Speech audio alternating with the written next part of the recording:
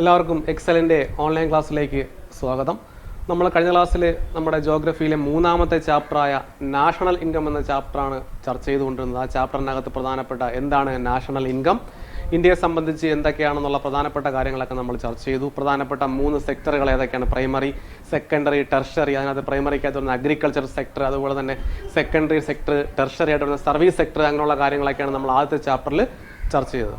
അതിൽ പ്രധാനപ്പെട്ട ഇമ്പോർട്ടൻ്റ് പോയിന്റുകളായിരുന്നു എന്താണ് GDP, GNP, NNP, gross national product, gross domestic product, net national product. അങ്ങനെ വളരെ ഇമ്പോർട്ടൻ്റ് പോയിന്റുകളൊക്കെ നമ്മൾ ആദ്യത്തെ ക്ലാസ്സിൽ ചർച്ച ചെയ്തു. ഇന്ന് നമ്മൾ ചർച്ച ചെയ്യാനായിട്ട് പോകുന്നത്, നമ്മൾ കഴിഞ്ഞ ക്ലാസ്സിൽ പറഞ്ഞു നിർത്തിയത് എന്താണ് പെർ ക്യാപിറ്റ ഇൻകം വരെയാണ് പറഞ്ഞ എന്തിയുടെ നിർത്തിയത്. നമ്മൾ ചർച്ച ചെയ്യാനായിട്ട് പോകുന്നത് എങ്ങനെയാണ് how to calculate the national income, നമ്മൾ എങ്ങനെയാണ് ദേശീയ വരുമാനം കണക്കാക്കുന്നത്, അല്ല പ്രധാനപ്പെട്ട മെത്തേഡുകൾ എന്തൊക്കെയാണ്, അതിൻ്റെ ഡ്രോബാക്സുകൾ എന്തൊക്കെയാണെന്നാണ് നമ്മൾ ഇന്നത്തെ ചാപ്റ്ററിൽ ഇന്നത്തെ ക്ലാസ്സിൽ ചർച്ച ചെയ്യാനായിട്ട് എന്ത് ചെയ്യുന്നത് പോകുന്നത്. എല്ലാം ശ്രദ്ധിച്ചിരിക്കുക. അതിന് മുമ്പ് തന്നെ എല്ലാവരും ടെക്സ്റ്റ് ബുക്ക് എഴുതിയതിന് ശേഷം മാത്രമേ ക്ലാസ് കാണാനായിട്ട് എന്ത് ചെയ്യാവുള്ളൂ ഇരിക്കുകയുള്ളൂ. ഞാൻ പറഞ്ഞ ടെക്സ്റ്റ് ബുക്ക് വായിച്ചാണ് മെയിൻ പോയിന്റുകളൊക്കെ പറയുന്നത്. അപ്പോൾ ഇമ്പോർട്ടൻറ്റ് പോയിന്റുകളൊക്കെ ഞാൻ പറയുമ്പോൾ അണ്ടർലൈൻ ചെയ്ത് എന്ത് ചെയ്യണം പോകണം. നമുക്ക് തുടങ്ങാം. ആദ്യം നമ്മൾ പറയാനായിട്ട് പോകുന്നത് how to calculate national income, എങ്ങനെയാണ് നമ്മൾ ദേശീയ വരുമാനം കണക്കാക്കുന്നത്. ശ്രദ്ധിക്കണേ, നമ്മുടെ ഒരു രാജ്യത്തിൻ്റെ സാമ്പത്തിക സ്ഥിതി കണക്കിലാക്കാൻ വേണ്ടി, അല്ലെങ്കിൽ സാമ്പത്തിക സ്ഥിതി കണക്കാക്കാൻ നമ്മൾ എന്തായാലും നാഷണൽ ഇൻകം കാൽക്കുലേറ്റ് ചെയ്തേ മതിയാവും. It is necessary to calculate national income to identify the economic condition of a country. ഒരു രാജ്യത്തിൻ്റെ സാമ്പത്തിക സ്ഥിതി, എക്കണോമിക് കണ്ടീഷൻ മനസ്സിലാക്കാൻ വേണ്ടി നമ്മൾ എന്ത് കാൽക്കുലേറ്റ് ചെയ്യണം? നാഷണൽ ഇൻകം, ദേശീയ വരുമാനം കാൽക്കുലേറ്റ് ചെയ്യണം. അതുപോലെ തന്നെ it is necessary to increase production for economic prosperity. ഒരു രാജ്യത്തിൻ്റെ സാമ്പത്തിക അഭിവൃദ്ധിക്ക്, നമ്മളിപ്പം ഒരു രാജ്യത്തിൽ കുറച്ച് ആൾക്കാർ താമസിക്കുകയാണ്, ഇപ്പം 100 കോടി ജനങ്ങൾ താമസിച്ചുകൊണ്ടിരിക്കുകയാണെന്ന് വെച്ചു. അപ്പോൾ അടുത്ത ജനസംഖ്യ കണക്കെടുത്ത സമയത്ത് ആ ആൾക്കാരുടെ എണ്ണം 120 കോടിയായിട്ട് മാറുന്നു. അപ്പം നമ്മൾ ആദ്യം ഉണ്ടാക്കിയ വസ്തുക്കൾ ഉണ്ടാക്കിയാൽ പോരാ, അതിൽ കൂടുതൽ എണ്ണം ഉണ്ടാക്കണം. എന്താ കാര്യം എന്താണ്? അപ്പോൾ ജനസംഖ്യ, പോപ്പുലേഷൻ എന്തിയേറെ കൂടി. ഉദാഹരണം പറയുകയാണെങ്കിൽ, ഇപ്പോൾ നിങ്ങളുടെ വീട്ടിൽ ഒരു 3 പേരുണ്ട്, അച്ഛൻ, അമ്മ, മോൻ ഉൾപ്പെടുന്ന ഒരു കുടുംബമാണെന്ന് വെച്ചു. അവിടെ നിന്ന് ഇപ്പോൾ ഒരു സുപ്രഭാതി വിളിച്ച് പറയണം, നിങ്ങളുടെ വീട്ടിലേക്ക് കുറച്ച് ഗസ്റ്റ് അതിഥികൾ വരികയാണ്. അപ്പോൾ എല്ലാ ദിവസവും നമ്മൾ വീട്ടിൽ ആഹാരം ഉണ്ടാക്കുന്നുണ്ട്. അപ്പോൾ അതിഥികൾ വരുമ്പോൾ നമ്മൾ ഗസ്റ്റ് വരുമ്പോൾ നമ്മൾ കുറേ കൂടെ കൂടുതൽ എന്ത് ചെയ്യണം? ആഹാരം ഉണ്ടാക്കേണ്ടതായിട്ട് വരും. അതേപോലെ തന്നെ എന്താണ്, ഒരു രാജ്യത്തിൻ്റെ എക്കണോമിക് പ്രോസ്പെരിറ്റി അല്ലെങ്കിൽ സാമ്പത്തിക അഭിവൃദ്ധിക്ക് എന്ത് വേണം? നമ്മൾ it is necessary to increase the production. അവിടുത്തെ ഉൽപ്പാദനം നമ്മൾ എന്ത് ചെയ്തേ പറ്റൂ? കൂട്ടിയേ പറ്റൂ. അപ്പോൾ ഉൽപ്പാദനം കൂട്ടുമ്പോൾ എന്ത് പറ്റും? നമ്മൾ എന്ത് കൂട്ടി? ഉൽപ്പാദനം, ഇൻക്രീസ് പ്രൊഡക്ഷൻ. അപ്പോൾ പ്രൊഡക്ഷൻ ഇൻക്രീസ് ചെയ്യുമ്പോൾ എന്ത് ചെയ്യും? The rewards of factors of production also increases. അപ്പം നമ്മൾ ഉൽപ്പാദനം കൂട്ടുമ്പോൾ നമുക്ക് ആ ഉൽപ്പാദനം കൂട്ടിയതിൻ്റെ ഫലമായി കിട്ടുന്ന റിവാർഡ് എന്ന് വെച്ചാൽ എന്താണ്? പ്രതിഫലം. ആ ഉൽപ്പാദനത്തിൽ നമുക്ക് കിട്ടുന്ന പ്രതിഫലം എന്ത് ചെയ്യും? Factors for production also increases. ആ ഉൽപ്പാദനം കൂട്ടുമ്പോൾ ഉൽപ്പാദനത്തിൽ നമുക്ക് ലഭിക്കുന്ന ആ പ്രതിഫലത്തെ സ്വാധീനിക്കുന്ന ഘടകങ്ങളും എന്ത് ചെയ്യും? കൂടും, ഇൻക്രീസ് ചെയ്യും, വർദ്ധിക്കും. ഏതൊക്കെയാണ് ആ ഘടകങ്ങൾ? ഒന്നാമത്തത് ലാൻഡ്, ഭൂമി. രണ്ടാമത്തത് ലേബർ, തൊഴിൽ. മൂന്നാമത്തത് ക്യാപിറ്റൽ, മൂലധനം. നാലാമത്തത് ഓർഗനൈസേഷൻ. സോ പറഞ്ഞത്രേ ഉള്ളൂ, the rewards of factors of production also increases. ഏതൊക്കെയാണ് factors? Land, labour, capital and organisation also increases. Land, ഇപ്പോൾ കൃഷി ചെയ്യുന്ന ആൾ, പ്രൈമറി സെക്ടർ ആണെങ്കിൽ കൃഷി ചെയ്യുന്ന ആൾ എന്തിനെ ആശ്രയിച്ചാണ് കൃഷി ചെയ്യുന്നത്? ഈ ലാൻഡ്, ഭൂമിയെ ആശ്രയിച്ചാണ് എന്ത് ചെയ്യുന്നത്? കൃഷി ചെയ്യുന്നത്. അപ്പോൾ അയാൾക്ക് ആ ഭൂമിയിൽ നിന്നാണ് എന്ത് കിട്ടുന്ന? വരുമാനം കിട്ടുന്നത്. നെല്ലാണെങ്കിൽ നെൽകൃഷി ചെയ്യുമ്പോൾ അയാൾക്ക് എന്ത് കിട്ടും? വരുമാനം. ആ ലാൻഡിൽ നിന്ന് എന്ത് ചെയ്യുന്നു? കിട്ടുന്നത് എന്ത്? Reward factor. ആ കൃഷിക്കാരനെ സംബന്ധിച്ച് ആ റിവാർഡ് ഫാക്ടർ ആരാണ്? ആ ലാൻഡ് അല്ലെങ്കിൽ ഭൂമിയാണ് റിവാർഡ് ഫാക്ടർ. സെക്കൻഡ് ലേബർ, തൊഴിൽ. ഒരു ജോലി സ്ഥലത്ത് കമ്പനി ജോലി ചെയ്യുന്ന ആൾ തൊഴിലെടുക്കാൻ പോകുന്നു, ഫാക്ടറി ജോലി ചെയ്യാനായിട്ട് പോവുകയാണ്. അപ്പം അയാൾക്ക് ആ ഫാക്ടറിയിൽ ജോലി ചെയ്യുമ്പോൾ ആ തൊഴിലിൽ നിന്ന് എന്ത് കിട്ടും? ശമ്പളം കിട്ടും. അതാണ് അയാൾ കിട്ടുന്ന റിവാർഡ്. രണ്ടാമത്തെ ഫാക്ടർ. തേർഡ് ഫാക്ടർ ക്യാപിറ്റൽ, മൂലധനം. ഞാനൊരു ബിസിനസ് തുടങ്ങുകയാണ്, ആ ബിസിനസ്സിൽ എന്ത് ചെയ്യേണ്ടത്? ഇൻവെസ്റ്റ് ചെയ്യുകയാണ് പൈസ. അപ്പോൾ ക്യാപിറ്റൽ. ആ എന്തുമാത്രം പൈസ ഞാൻ ആ ബിസിനസ്സിൽ ഇൻവെസ്റ്റ് ചെയ്യുമോ അതിനനുസരിച്ച് എന്ത് കിട്ടും? എനിക്ക് എന്ത് കിട്ടും? റിവാർഡ് കിട്ടും. ഓക്കെ, അയാളെ സംബന്ധിച്ച് അയാളാണ് ക്യാപിറ്റൽ, അയാളുടെ റിവാർഡ്. അടുത്ത ഓർഗനൈസേഷൻ, സംഘാടനം എന്ന് പറയും. എന്താണ് സംഘാടനം? ഇപ്പം നിങ്ങൾ പറയുന്നത് നമ്മളെ സ്കൂളിൽ ഒരു വാർഷികം നടക്കുകയാണ്, വാർഷികം നന്നായി ഓർഗനൈസ് അല്ലെങ്കിൽ നന്നായി സംഘടിപ്പിച്ചു എന്ന് പറയും. അതെന്താണ്? ആ പ്രോഗ്രാം തുടക്കം മുതൽ ഒടുക്കം വരെ എന്ത് ചെയ്യുക? നല്ല രീതിയിൽ എന്ത് ചെയ്യണം? ആ പ്രോഗ്രാം തുടങ്ങിയത് മുതൽ അവസാനം വരെ നല്ല രീതിയിൽ പരിപാടികൾ എന്താണ്? ഓരോ പരിപാടി എവിടെ വരണം, ഇത്ര മണി തൊട്ട് ഇത്ര മണി വരെ ഏത് പരിപാടി, അങ്ങനെ ഓരോ കാര്യങ്ങളും എന്ത് ചെയ്യുക? നല്ല രീതിയിൽ എന്ത് ചെയ്യുക? സംഘടിപ്പിക്കുക. അപ്പോൾ അതിനെങ്ങനെ റിവാർഡ് കിട്ടും? ഇപ്പോൾ ഒരു ഈവൻറ്റ് മാനേജ്മെൻറ്റ്, കല്യാണവുമായി ബന്ധപ്പെട്ട് ഈവൻറ്റ് മാനേജ് നടത്തുന്ന ആൾക്കാരാണ് എന്ത് ചെയ്യുക? കല്യാണത്തിൻ്റെ ഫുൾ സ്റ്റേജ് ഉൾപ്പെടെ ആ ചെറുക്കൻ പെണ്ണ് ഇരിക്കുന്ന സ്ഥലം ഉൾപ്പെടെ അങ്ങനെ ഫുള്ള് കാര്യങ്ങളൊന്ന് ഡെക്കറേറ്റ് ചെയ്യും ആ ഒരു ഈവൻറ്റ് മാനേജ്മെൻറ്റ് ഓർഗനൈസേഷൻ. അപ്പോൾ അവർക്ക് അതിൽ നിന്ന് എന്ത് കിട്ടും? അതിനുള്ള റിവാർഡ് എന്ത് ചെയ്യും? ഇവിടെ കിട്ടും. അപ്പം ഞാൻ പറഞ്ഞ ഇത്രയേ ഉള്ളൂ. ടീസ് എന്താണ് ഒരു രാജ്യത്തിൻ്റെ എക്കണോമിക് കണ്ടീഷൻ, സാമ്പത്തിക സ്ഥിതി മനസ്സിലാക്കാൻ നമ്മൾ എന്ത് ചെയ്യണം, എന്ത് കാൽക്കുലേറ്റ് ചെയ്യണം, നാഷണൽ ഇൻകം കാൽക്കുലേറ്റ് ചെയ്യണം. It is necessary to increase production for economic prosperity. ഒരു രാജ്യത്തിൻ്റെ സാമ്പത്തിക അഭിവൃദ്ധി എന്ത് ചെയ്യാൻ വേണ്ടി, കൂട്ടാൻ വേണ്ടി നമ്മൾ എന്ത് കൂട്ടണം, പ്രൊഡക്ഷൻ, ഉൽപ്പാദനം എന്ത് ചെയ്യണം, കൂട്ടണം. ഉൽപ്പാദനം കൂട്ടുമ്പോൾ എന്ത് പറ്റും, the rewards of factors for production also increases. ആ ഉൽപ്പാദനം കൂട്ടുന്നതിൻ്റെ ഫലമായിട്ടുണ്ടാകുന്ന പ്രതിഫലത്തിൻ്റെ ഘടകങ്ങളും എന്ത് ചെയ്യൂടെ കൂടും. ഏതൊക്കെയാണ് ഘടകങ്ങൾ? Land, labour, capital and organisation also increases. ഇനി എന്തൊക്കെയാണ് ആ റിവാർഡ് എന്ന് പറയുമ്പം? Rent, wages, interest, profit. Reward നമുക്ക് കിട്ടുന്ന പ്രതിഫലം എങ്ങനെയൊക്കെ ആയിരിക്കാം. ഇപ്പോൾ ഞാനൊരു വീട് താമസിക്കുകയാണ്, എനിക്കൊരു 5 വീട് വേറെ എക്സ്ട്രാ 5 വീടുണ്ട്. ആ 5 വീട് ഞാൻ വാടകയ്ക്ക് കൊടുത്തിരിക്കുകയാണ്. അപ്പോൾ എനിക്ക് കിട്ടുന്ന ആ വീട്ടിൽ നിന്ന് എനിക്ക് എന്ത് കിട്ടും, മാസം എന്ത് കിട്ടും, എല്ലാ ആൾക്കാരും എന്ത് ഇവിടെ റെന്റ് അല്ലെങ്കിൽ വാടക കിട്ടും. കറക്റ്റ് റെന്റിൻ്റെ മൈനിങ് വെച്ചാൽ പാട്ടം എന്ന് പറയും, പാട്ടം. അപ്പം പഴയ നമ്മൾ ഉപയോഗിക്കുന്ന വാക്കാണ് പാട്ടത്തിന് കൊടുക്കുന്നത്. അപ്പോൾ സർക്കാരിൻ്റെ കുറച്ച് ഭൂമി ഉണ്ടെങ്കിൽ എന്ത് ചെയ്യൂടെ, ആ സർക്കാർ ഭൂമി എനിക്ക് കൃഷി ചെയ്യാൻ താല്പര്യമുണ്ടെങ്കിൽ ഞാൻ എന്ത് ചെയ്യണം, കൃഷിഭവനിൽ പോയി അപ്ലൈ ചെയ്യുമ്പോൾ എനിക്ക് എന്ത് ചെയ്യും, ആ സർക്കാർ ഭൂമി എന്ത് ചെയ്യും, ഇത്ര വർഷത്തേക്ക് എന്ത് ചെയ്യും, പാട്ടത്തിന് അല്ലെങ്കിൽ റെന്റിന് തരും. അപ്പോൾ എന്ത് ചെയ്യും, ആ കൃഷിഭൂമിയിൽ എനിക്ക് എന്ത് ചെയ്യാൻ പറ്റും, കൃഷി ചെയ്യാനായിട്ട് പറ്റും. അവിടെ നിന്ന് എനിക്ക് എന്ത് കിട്ടും, വരുമാനം കിട്ടുന്നു. ഓക്കെ, റെന്റ് ഒരു റിവാർഡാണ്. സെക്കൻഡ്, വേജസ് എന്താണ്, ശമ്പളം. എനിക്ക് കിട്ടുന്ന ശമ്പളം എന്താണ്, ജോലിക്ക് പോകുന്നത് എനിക്ക് എന്ത് ശമ്പളം കിട്ടുന്നത്, എന്താണ് എനിക്ക് കിട്ടുന്ന റിവാർഡ് അല്ലെങ്കിൽ പ്രതിഫലം.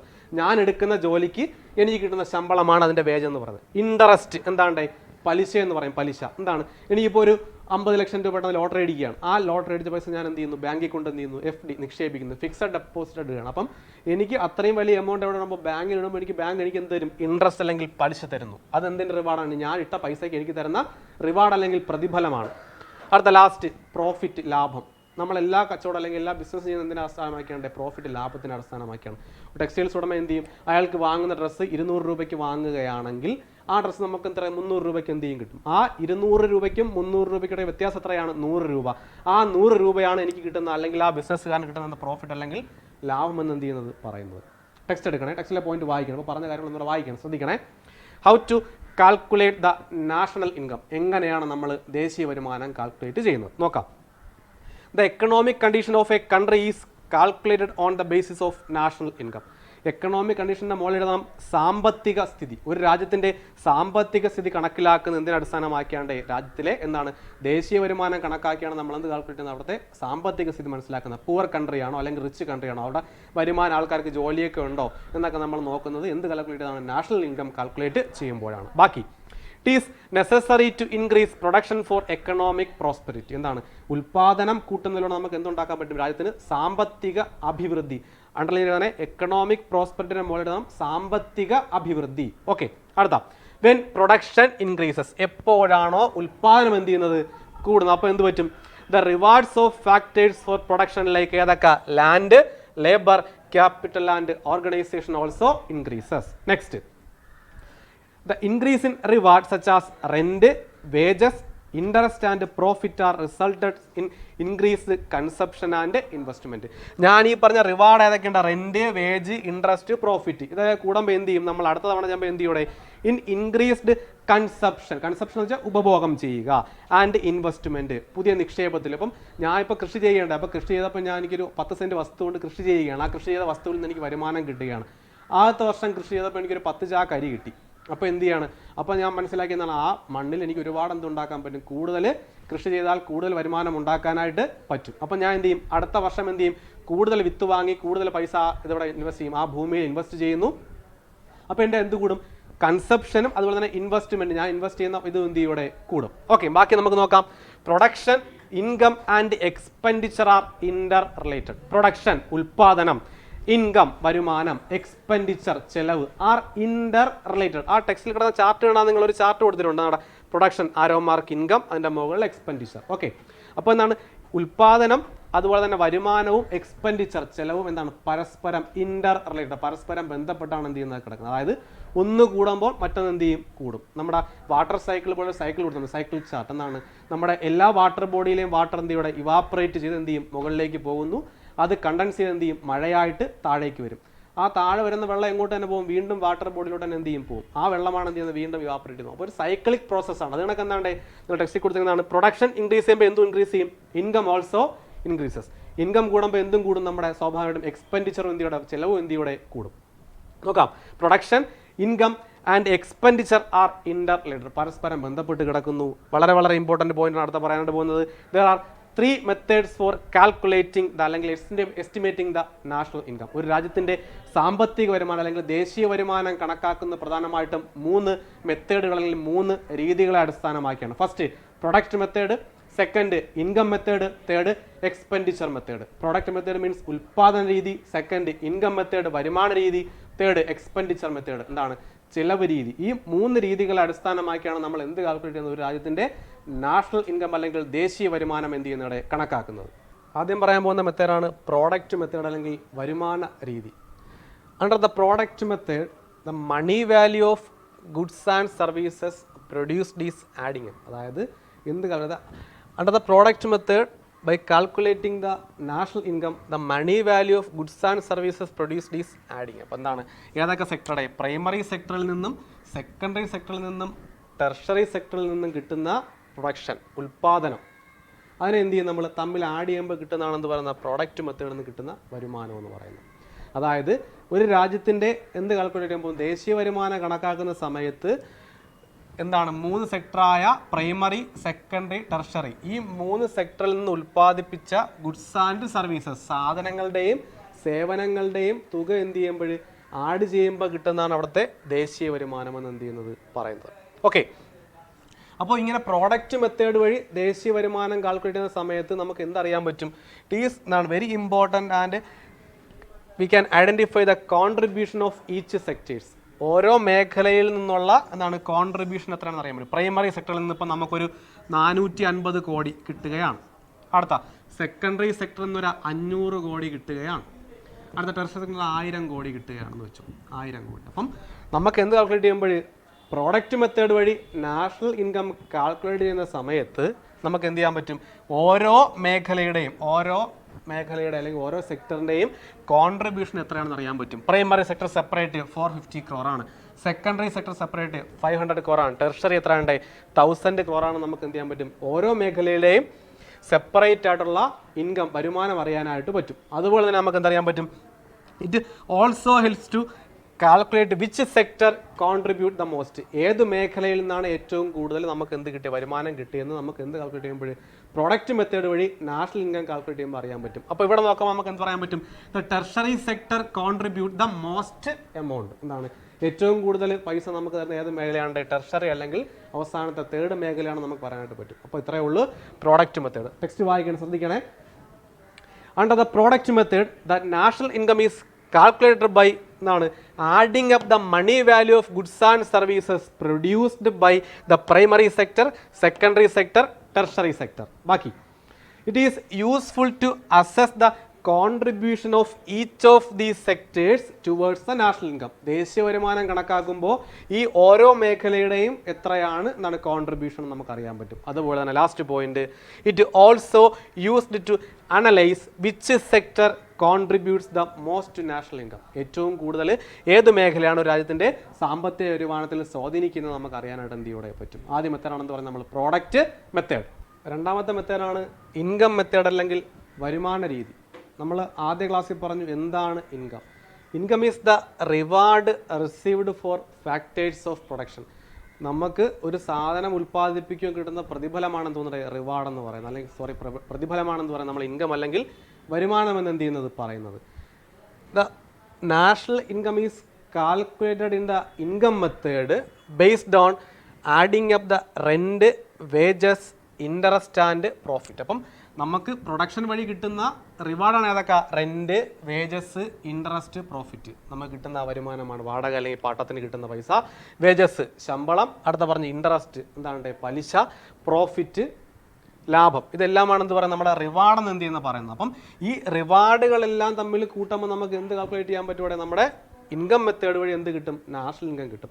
ആദ്യം പറഞ്ഞ പ്രോഡക്റ്റ് മെത്തേഡിൽ എന്താണ് പറഞ്ഞത്, പ്രധാനപ്പെട്ട 3 സെക്ടറായ ഏതൊക്കെ, primary sector, secondary sector, tertiary സെക്ടറിലെ എല്ലാ വരുമാനം കൂടെ കൂട്ടുമ്പോൾ നമുക്ക് എന്ത് കാൽക്കുലേറ്റ് ചെയ്യാൻ പറ്റും, നാഷണൽ ഇൻകം കാൽക്കുലേറ്റ് ചെയ്യാൻ പറയും. ഇവിടെ എന്താണ് കാൽക്കുലേറ്റ് ചെയ്യലാണ്, പക്ഷേ എന്താണ് ആ പ്രൊഡക്ഷൻ വഴി കിട്ടുന്ന റിവാർഡായ ഇൻകം ഏതൊക്കെ, റെൻറ്റ് വഴി കിട്ടുന്ന ഇൻകം. അപ്പം റെൻറ്റ് വഴി ഒരു 50 കോടി കിട്ടുകയാണ്, അടുത്ത വേജ് വഴി ഒരു 100 കോടി, അടുത്തൊരു 200 കോടി, അടുത്തൊരു 400 കോടി. അങ്ങനെ ഓരോ മേഖലയിൽ നിന്ന് കിട്ടുന്ന വരുമാനങ്ങളെ തമ്മിൽ എന്ത് ചെയ്യുമ്പോൾ ആഡ് ചെയ്യുമ്പോൾ കിട്ടുന്നതാണ് എന്ത് പറയുന്ന ഇൻകം മെത്തേഡ് എന്ന് പറയുന്നത്. നമ്മൾ ആദ്യം പറഞ്ഞ മെത്തേഡിൽ എന്ത് പറയുന്നത്, നമുക്ക് ഇങ്ങനെ കാൽക്കുലേറ്റ് ചെയ്യുമ്പോൾ നമുക്ക് ഓരോ മേഖലയുടെയും കോൺട്രിബ്യൂഷൻ അറിയാൻ പറ്റും. അതേ സെയിം തന്നെയാണ് എന്താണ് ഈ ഇൻകം മെത്തേഡിനകത്ത് നമുക്ക് ഡിഫറൻ്റ് ആയിട്ട് ഓരോന്നിൻ്റെയും ഓരോ പ്രൊഡക്ഷൻ റിവാർഡിൻ്റെയും കോൺട്രിബ്യൂഷൻ അറിയാൻ പറ്റും. റെൻറ്റ് എത്രയാണ്, വേജ് എത്രയാണ്, ഇൻട്രസ്റ്റ് എത്രയാണ്, പ്രോഫിറ്റ് എത്രയാണ്, നമുക്ക് എന്ത് ചെയ്യാം അറിയാനായിട്ട് എന്ത് ചെയ്യൂടെ പറ്റും. ഇതാണ് എന്ത് പറയുന്ന ഇൻകം മെത്തേഡ്. ടെക്സ്റ്റ് വായിക്കണം, നോക്കിക്കോണേ. You know that the income is the reward received for factors of production. പറഞ്ഞ കാര്യമാണ്. അടുത്ത, in income method national income is calculated based on rent, wages, interest and profit which are the rewards of factors of production. നമുക്ക് ഉൽപാദനം വഴി കിട്ടുന്ന റിവാർഡാണ് ഏതൊക്കെയാണ്, rent, wage, interest, profit. ഇതെല്ലാം കൂടെ കൂട്ടുമ്പോൾ നമുക്ക് എന്ത് കിട്ടും, നാഷണൽ ഇൻകം കിട്ടും. This method is helpful in analyzing the contribution of the each factors of production to the national income. ദേശീയ വരുമാനം കാൽക്കുലേറ്റ് ചെയ്യുന്ന സമയത്ത് നമുക്ക് ഓരോ മേഖലയുടെയും കോൺട്രിബ്യൂഷൻ എത്രയാണെന്ന് നമുക്ക് എന്ത് ചെയ്യാൻ പറ്റും, അറിയാനായിട്ട് പറ്റും. ആദ്യം പറഞ്ഞ മെത്തേഡ് പറഞ്ഞ പോലെ തന്നെ ഓരോ മേഖലയുടെയും കോൺട്രിബ്യൂഷൻ അറിയാനായിട്ട് നമുക്ക് എന്ത് ചെയ്യാൻ പറ്റും. അടുത്ത നമ്മൾ പറയാനായിട്ട് പോകുന്നത് എക്സ്പെൻഡിച്ചർ മെത്തേഡ് അല്ലെങ്കിൽ ചിലവ് രീതിയെ പറ്റിയാണ് പറയാൻ പോകുന്നത്. അപ്പോൾ എന്താണ് എക്സ്പെൻഡിച്ചർ എന്ന് പറയുമ്പോൾ, എക്സ്പെൻഡിച്ചർ എന്താണ്, it is the expenditure incurred by individuals, firms and government. എന്താണ്, ഒന്നുകിൽ എന്താണ് ഒരു ഇൻഡിവിജ്വൽ, ഒരു സ്വകാര്യ വ്യക്തി ഉണ്ടാക്കുന്ന ചിലവ്, അല്ലെങ്കിലോ ഫേംസ്, എന്താണ് ഫേംസ്, സ്ഥാപനങ്ങൾ, അല്ലെങ്കിൽ നമ്മുടെ ഇപ്പോൾ ഒരു വ്യവസായ ഇൻഡസ്ട്രി ഉണ്ടെങ്കിലാണ് ഫേംസ് എന്ന് പറയുന്നത്, സ്ഥാപനങ്ങൾ ഉണ്ടാക്കുന്ന ചിലവ്. ലാസ്റ്റ് ഗവൺമെൻറ്റിൻ്റെ ചിലവ്. ഇതിനകത്ത് നമ്മൾ ഇതാണ് പ്രധാനപ്പെട്ട ചിലവ്. അതൊക്കെയാണ് expenditure incurred by individuals, firms, government institutions. എന്താണ് സർക്കാരിൻ്റെ ചിലവ്, ഒരു സ്വകാര്യ വ്യക്തി ഉണ്ടാക്കുന്ന ചിലവ്, അല്ലെങ്കിൽ അടുത്തൊരു സ്ഥാപനത്തിൻ്റെ ചിലവ്. ഇതെല്ലാം കൂടെ ആഡ് ചെയ്യുമ്പോൾ നമുക്ക് എന്ത് കിട്ടും, എന്നൊരു എക്സ്പെൻഡിച്ചർ മെത്തേഡ് നാഷണൽ ഇൻകം കിട്ടും. ഇൻ എക്കണോമിക്സ്, സാമ്പത്തിക ശാസ്ത്രത്തിനകത്ത് എന്താണ് ആസ് കൺസെപ്ഷൻ, എന്താണ് നമ്മുടെ ഉപഭോഗത്തിന് ചിലവാക്കുന്ന എക്സ്പെൻഡിച്ചർ അല്ലെങ്കിൽ ചിലവ്. ഇപ്പോൾ എനിക്കൊരു കമ്പനി ഉണ്ട്, ആ കമ്പനിയിൽ ഞാൻ ഒരു 10 ലക്ഷം രൂപ ഇൻവെസ്റ്റ് ചെയ്തിരിക്കുകയാണ്. ആ കമ്പനിയിൽ നിന്ന് നല്ല വരുമാനം കിട്ടാൻ വേണ്ടി. ഇപ്പോൾ തുണി കമ്പനിയാണ്, കോട്ടൺ മില്ലാണെന്ന് വെച്ചോ, ആ മില്ലിൽ ഞാൻ കോട്ടൺ വാങ്ങി, തുണി വാങ്ങാണ്ട് പഞ്ഞി വാങ്ങിയിട്ട് എന്ത് ചെയ്യണം, ഞാൻ തുണിയാക്കി മാറ്റി വിൽക്കുകയാണ്. അപ്പോൾ ഞാൻ ഒരു 10 ലക്ഷം രൂപ കമ്പനിക്കകത്ത് ഇൻവെസ്റ്റ് ചെയ്തിരിക്കുകയാണ്, നിക്ഷേപിച്ചിരിക്കുകയാണ്. അപ്പോൾ എൻ്റെ കയ്യിൽ നിന്നാണ് പൈസ പോയത്. എനിക്ക് ലാഭം കിട്ടാം, പ്രോഫിറ്റ് കിട്ടാം, കിട്ടാണ്ടിരിക്കാം, കമ്പനി വിജയിക്കാം, വിജയിക്കാതിരിക്കാം. അപ്പോൾ എനിക്ക് ആ ഉണ്ടാക്കിയപ്പോൾ എനിക്ക് ഒരുപാട് കോട്ടൺസ് കിട്ടി, ഞാൻ തുണി എടുത്ത് വിൽക്കുകയാണ്. എനിക്ക് കിട്ടിയ ഞാൻ എൻ്റെ കമ്പനിയിൽ ഉണ്ടാക്കിയ കോട്ടൺ എടുത്ത് എന്ത് ചെയ്യേണ്ടത്, വിൽക്കുകയാണ്. അപ്പോൾ ആൾക്കാർ വാങ്ങുമ്പോൾ എനിക്ക് എന്ത് കിട്ടും, പൈസ എനിക്ക് എന്ത് ചെയ്യും കിട്ടും. അതാണ് കൺസെപ്ഷൻ, ഉപഭോഗം വഴി കിട്ടുന്ന പൈസ. അപ്പോൾ എക്കണോമിക്സിനകത്ത് ആ ആൾക്കാർ വാങ്ങുമ്പോൾ നമുക്ക് കിട്ടിയ പൈസ, കൺസപ്ഷൻ വഴി കിട്ടിയ പൈസയും അതുപോലെ തന്നെ എന്താണ് ഞാൻ ഇൻവെസ്റ്റ് ചെയ്ത എത്ര 10 ലക്ഷം രൂപ എന്താണ് കണക്കാക്കൂടെ, ചിലവായിട്ട് എൻ്റെ കയ്യിൽ നിന്ന് പൈസ 10 ലക്ഷം രൂപ എന്താണ് ചിലവായ പൈസയാണ്. എപ്പോഴും എനിക്ക് എന്ത് ചെയ്യും, ലാഭം കിട്ടിയാൽ മാത്രമേ എനിക്ക് ആ 10 ലക്ഷം രൂപ എന്ത് ചെയ്യുള്ളൂ, മുതലാവുള്ളൂ. നഷ്ടമാണെങ്കിൽ എന്ത് ചെയ്യും, ആ 10 ലക്ഷം രൂപയും എന്താണ് നഷ്ടമാണ്. അപ്പം എക്കണോമിക്സ് അല്ലെങ്കിൽ സാമ്പത്തിക ശാസ്ത്രത്തിനകത്ത് കൺസംഷൻ പോലെ തന്നെ എന്താണ് നമ്മുടെ എന്തും ഇൻവെസ്റ്റ്മെൻറ്റും എന്തായിട്ട് കൂട്ടും, എക്സ്പെൻഡിച്ചർ അല്ലെങ്കിൽ ചിലവായിട്ട് കൂട്ടും. അപ്പം എക്സ്പെൻഡിച്ചർ മെത്തേഡിനകത്ത് എന്ത് കാൽക്കുലേറ്റ് ചെയ്യാൻ, നാഷണൽ ഇൻകം കാൽക്കുലേറ്റ് ചെയ്യാനായിട്ട് നമുക്ക് എന്തൊക്കെ നോക്കണം, consumption expenditure plus investment expenditure plus government expenditure equal to എന്ത് കിട്ടും, നാഷണൽ ഇൻകം കിട്ടും. ഓക്കെ, കൺസപ്ഷൻ എക്സ്പെൻഡിച്ചർ ഉപഭോഗം വഴി ചിലവായ പൈസ എത്ര രൂപയാണ്.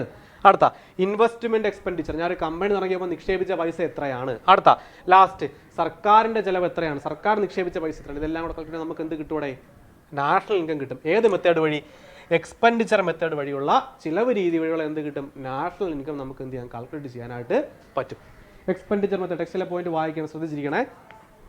The expenditure method is used to estimate the national income by calculating the expenditure incurred by ആരുണ്ടാക്കിയ expenditure, individuals, firms, സ്ഥാപനങ്ങൾ, അതുപോലെ തന്നെ എന്താണ് ആൻഡ് ഗവൺമെൻറ്റിനെ പർട്ടിക്കുലർ ഇയർ, ഒരു വർഷത്തിൽ ഉണ്ടാക്കിയ ചിലവാണ്. ഞാൻ പറഞ്ഞു ഇന്ത്യക്കകത്ത് സാമ്പത്തിക വർഷം കണക്കാക്കുന്നത് എപ്പോഴാണ്, ഏപ്രിൽ 1 മുതൽ അടുത്ത മാർച്ച് 31 വരെ നമ്മൾ എന്ത് ചെയ്യുക, ആദ്യ ക്ലാസ്സിലൊക്കെ എന്ത് ചെയ്ത് പറഞ്ഞു. അപ്പം ഒരു സാമ്പത്തിക വർഷത്തിനകത്ത് ഒരു സ്വകാര്യ വ്യക്തിയുടെ ചിലവ് എത്രയാണ്, ഒരു സ്ഥാപനത്തിൻ്റെ ചിലവ് എത്രയാണ്, ഗവൺമെൻറ് എക്സ്പെൻഡിച്ചർ എത്രയാണെന്നാണ് നമ്മൾ എന്ത് ചെയ്യുന്നത്, എക്സ്പെൻഡിച്ചർ മെത്തേഡിനകത്ത് എന്ത് ചെയ്യുന്നത് നോക്കുന്നത്. പിന്നെയോ ഇൻ എക്കണോമിക്സ്, സാമ്പത്തിക ശാസ്ത്രത്തിനകത്ത് ജസ്റ്റ് ലൈക്ക് കൺസപ്ഷൻ എക്സ്പെൻഡിച്ചർ, സാധനങ്ങളുടെയും സേവനങ്ങളുടെയും ഉപഭോഗത്തിനൊപ്പം തന്നെ എന്താണ് നമ്മൾ investment is also consider as an expenditure. എന്താണ് നമ്മൾ നിക്ഷേപിക്കുന്ന പൈസ എന്താണ് കണക്കാക്കൂടെ, ഒരു ചിലവായിട്ട് എന്ത് ചെയ്യും, കണക്കാക്കും.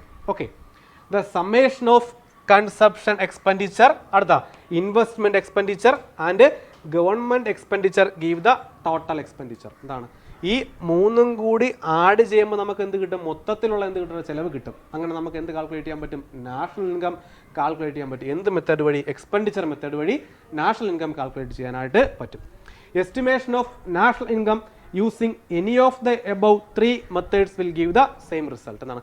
മുകളിൽ പറഞ്ഞ പ്രൊഡക്റ്റ് മെത്തേഡ് ആയിക്കോട്ടെ, ഇൻകം മെത്തേഡ് ആയിക്കോട്ടെ, എക്സ്പെൻഡിച്ചർ മെത്തേഡ് ആയിക്കോട്ടെ, ഈ 3 മെത്തേഡിൽ ഏതെങ്കിലും ഒരു രീതി അവലംബിച്ച് നമുക്ക് എന്ത് കണക്കാക്കാൻ പറ്റും? ഒരു രാജ്യത്തിൻ്റെ ദേശീയ വരുമാനം കണക്കാക്കാനായിട്ട് പറ്റും. ആദ്യം പറഞ്ഞ മെത്തേഡ് എന്താണ്? പ്രോഡക്റ്റ് മെത്തേഡ് അല്ലെങ്കിൽ ഉൽപ്പാദന രീതി. പ്രധാനമായിട്ടും 3 സെക്ടർ ഏതൊക്കെ? Primary sector, secondary sector, tertiary sector. ഈ 3 മേഖലകളുടെയും വരുമാനം തമ്മിൽ ആഡ് ചെയ്യുമ്പോൾ നമുക്ക് എന്ത് കിട്ടും? ഇൻകം മെത്തേഡ് വഴി എന്ത് കിട്ടും? പ്രോഡക്റ്റ് മെത്തേഡ് നമുക്ക് വരുമാനം നാഷണൽ ഇൻകം കാൽക്കുലേറ്റ് ചെയ്യാനായിട്ട് പറ്റും. സെക്കൻഡ് എന്നാണ് പറഞ്ഞത് ഇൻകം മെത്തേഡ് എന്നാണ്. ആ നമുക്ക് പ്രൊഡക്ഷൻ വഴി കിട്ടുന്ന റിവാർഡാണ് എന്ത് പറയുന്ന ഇൻകം എന്ന് പറയുന്നത്. അതായിരിക്കും റിവാർഡ് എന്ന് പറയുന്നത് റെന്റ് ആയിക്കോട്ടെ, വേജ് ആയിക്കോട്ടെ, ഇൻട്രസ്റ്റ് ആയിക്കോട്ടെ, പ്രോഫിറ്റ്, ഇതെല്ലാം എന്താണ് നമുക്ക് കിട്ടുന്ന റിവാർഡ്സ് ആണ്. ആ റിവാർഡ്സുകളെല്ലാം ആഡ് ചെയ്യുമ്പോൾ നമുക്ക് ആരെ കാൽക്കുലേറ്റ് ചെയ്യാൻ പറ്റും? National income by income method. Last പറഞ്ഞത് എക്സ്പെൻഡിച്ചർ മെത്തേഡ് അല്ലെങ്കിൽ ചെലവ് രീതി. എന്താണ്? Expenditure incurred by individuals, firms, governments. അതിൻ്റെ എല്ലാം കൂടെ എന്ത് ചെയ്യും? സം എടുക്കും. എന്താണ്? Consumption expenditure plus investment expenditure plus government expenditure gives total expenditure. നമുക്ക് അങ്ങനെ എന്ത് ചെയ്യാൻ പറ്റും? നാഷണൽ ഇൻകം കാൽക്കുലേറ്റ് ചെയ്യാൻ പറ്റും. മുകളിൽ പറഞ്ഞ ഏതെങ്കിലും 3 രീതിയിൽ ഏതെങ്കിലും ഒന്ന് കാൽക്കുലേറ്റ് ചെയ്താൽ നമുക്ക് എന്ത് ചെയ്യാം? നാഷണൽ ഇൻകം കാൽക്കുലേറ്റ് ചെയ്യാൻ എന്ത് ചെയ്യൂടെ പറ്റും.